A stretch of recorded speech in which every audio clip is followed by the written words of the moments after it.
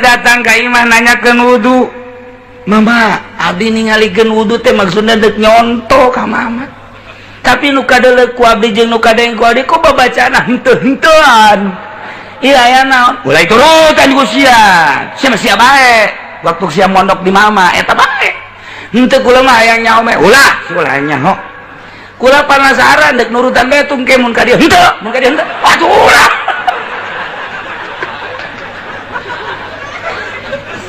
Lantaran penasaran kula mau balik lamun ku mama teh dibejakeun moal balik kula mah ieu mah sebab kula teh hayang nyonto mama pagi teh yang bisa ibadah cara mama ulah turutan eta mah kieu waktu aing ngalah wudu mama ngalah wudu ka dia cek setan teh cek setan can sampurna tah kabeungeutna ngawas-waskeun dijawab ku mama henteu aing mah gitu begitu ka dieu ngawasaskeun setan teh teh sampurna tah ngalah wuduna eta can ka naon ngaranna can ka kumbah henteu sia goblok sia moal was-was aing mah hatina kitu ka dieu henteu ari eta terakhir cek setan teh mama ngalah wudu deui hitut mah aing mah teh hitut sia nu hitut oh kitu kan apa berarti gadege suara setan taman tuh beda lu mentek sing hade lamun ahli Allah keur ngalah wudu beda mama sobari ngalah wudu na make nyere